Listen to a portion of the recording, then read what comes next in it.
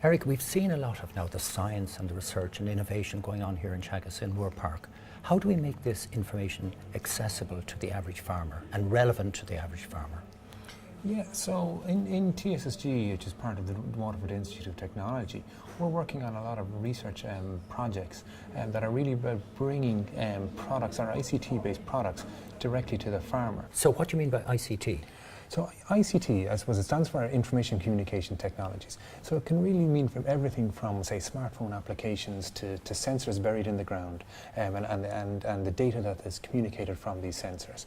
But what we're really looking for is, well, how can we convert that data into actionable insights that a farmer can use on a day-to-day basis to make decisions that really relate to his farm. Right, and for example, would you be testing things like soil and carbon and all these issues? Exactly, so we have to really look at the whole supply chain. And when we think about an agricultural supply chain, it goes all the way right back to the soil, the conditions of the soil, the nutrients in the soil. Because the soil is the raw material that feeds the grass, which is the raw material that feeds the animals. So again, we look at what's the chlorophyll content in the grass, what's the dry matter content of the grass. Because again, as I say, our animals are eating this, and it's the animals that are converting this into milk, which is what we want to export at the end of the day. Right, and will you also measure the cow itself and its performance? And yeah. So we're building a lot of technologies that understand the movements of the animals. So from the movements of the animals, we can understand, let's say, the behaviour, the eating habits, various different other attributes like that are all very important factors into how well the animal is converting food into milk for us. Can you give me a simple example of how this works? Yeah, so dairy farming is really one of the big aspects of dairy farming is about grass or pasture management. So some of our key technologies are all about enabling the farmer to manage his pastures more effectively and more efficiently. So what we're looking at is, can we deploy sensors and measure the dry energy matter in a pasture, so that the farmer only needs to allocate as much feed that he needs to in order to feed the animals to produce the optimum amount of milk from them.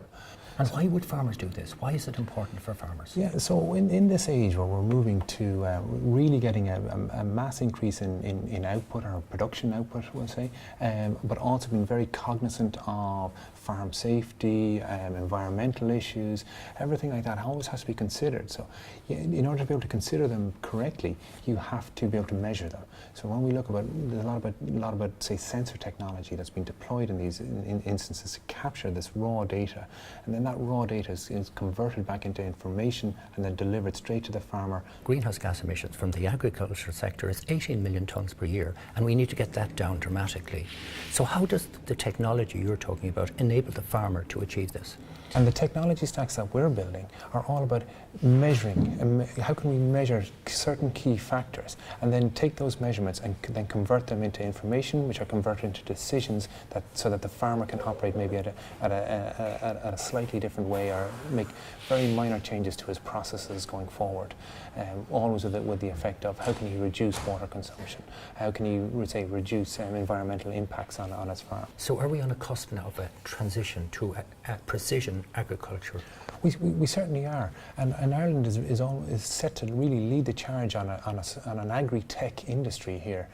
So what we're looking at is that we have a plethora of companies coming out, all developing technologies in this space, and these technologies are being sold on a worldwide market. So Ireland is starting to get a name for itself as the really leaders in an ag-tech society.